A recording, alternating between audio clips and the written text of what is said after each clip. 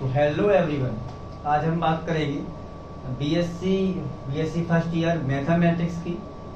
Mathematics में जो 5th unit है, solution of higher differential equation.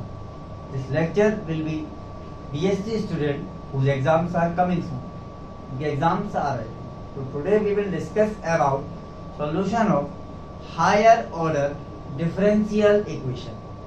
जैसा कि मैंने आपको बताया था पहले लेक्चर में, मैथमेटिक्स का मेरा एक लेक्चर हो चुका है कि डिफरेंशियल इक्वेशन की अपनी एक फैमिली होती है। उस फैमिली में कई सारे मेंबर होते हैं। जैसे पहली डिफरेंशियल इक्वेशन होती है जनरल फॉर्म बना के, दूसरी डिफरेंशियल इक्वेशन होती है अपनी एग्जैक्ट, उसके बाद फिर अपना पार्टिकुलर सॉल्यूशन, ऐसा कुछ अपनी डिफरेंशियल इक्वेशन होती है। लेकिन अगर बेसिकली देखा जाए, जैसे एक डिफरेंशियल इक्वेशन ये लिखी हुई dy/dx plus py is equal to q, ये जनरल इक्वेशन है। तो यहाँ अगर b का अगर पावर देखेंगे तो b की पावर 1 है, 1 ही है, यानी ये फर्स्ट ऑर्डर की डिफरेंशियल इक्वेशन है। फर्स्ट ऑर्डर की डिफरेंशियल इक्वेशन आप किसी भी मेथड लगा के सॉल्व कर सकते हैं। लेकिन यहाँ सवाल उठता है 5th यूनिट में, अगर ये ऑर्डर हायर हो जाए, यानी कभी कभी d की पावर 4y ओवर dx 4 आ जाए, है ना, या भी कुछ भी आ जाए, d की पावर 5 आ जाए, इसको हायर ऑर्डर कहते हैं। तो जब हायर ऑर्डर की डिफरेंशियल इक्वेशन आती है, एक बच्चा कह रहा था मुझसे उसमें कि सर इंग्लिश में बोला करो आप पूरा। मैं इंग्लिश में तो बोल दूंगा, लेकिन फिर कुछ बच्चे हैं ना, उनको हिंदी समझ में आती है और मैथमेटिक्स है। जैसा कि आप जानते हैं कि मैं फिजिक्स वाला टीचर हूँ, तो फिजिक्स वाले की मैथ ज़्यादा नहीं, थोड़ी बहुत अच्छी होती है।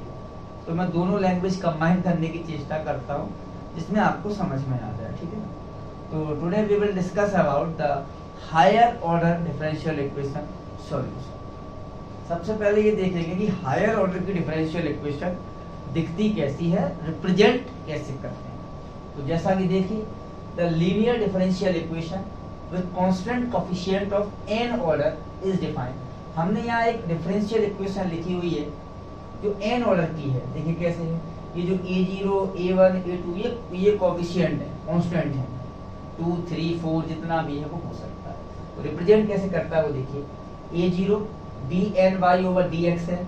अब यहाँ a0 से एक टर्म इंक्रीज हो गया a1, और यहाँ n में से एक पावर डिक्रीज हो गई n-1, y सब में आ रहा है। उसके बाद फिर यहाँ देखिए a1 के बाद क्या आ गया a2, क्योंकि ये जो कांस्टेंट जो टर्म्स हैं, कांस्टेंट टर्म बढ़ते जा रहे हैं और d का जो पावर है वो कम होती जा रही है। ये हायर ऑर्डर की डिफरेंशियल इक्वेशन है, a2 dn2 y dx n2। आगे वाला टर्म आप अज्यूम कर सकते हैं a3 dn-3 dx n-3। आखिरी कोएफिशिएंट क्या आएगा, a_y बराबर q ऑफ x, या कोई फंक्शन होगा इसको अपन q ऑफ x मानेंगे। फिर क्या करा गया, ये जो d ओवर dx को यहाँ d कह दिया गया। ये एक हायर ऑर्डर की डिफरेंशियल इक्वेशन सॉल्व करने का तरीका बता रहा हूँ कि यहाँ पर d ओवर dx को अपन ने कैपिटल D कह दिया गया। और what is this capital D?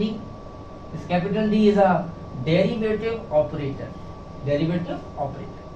तो यहाँ जब मैं ये d की वैल्यू लगाऊंगा, देखिए a0 आ गया, d ओवर dx की वैल्यू लगा दी मैंने, d पावर कितनी है n, और y तो साथ में ही था, वैसे ही यहाँ कर दिया, a1 लगा दिया, केवल d लगा दिया, n-1 y का y, फिर a2 लगा दिया, d लगा दिया, d को रिप्रेजेंट कर दिया, और पूरे में से q ऑफ x लगा दिया। सब में से मेरा y कॉमन आ रहा है, तो मैंने y को कॉमन रख लिया।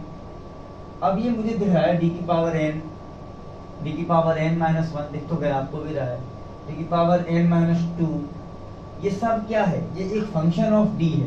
तो मैंने यहाँ कह दिया function of d, y common लेके, बराबर q। ये आपकी जनरल इक्वेशन है। हर इक्वेशन को आपको इसमें लेके आना है। कोई d का फंक्शन होगा और y कॉमन लेके q ऑफ x करना।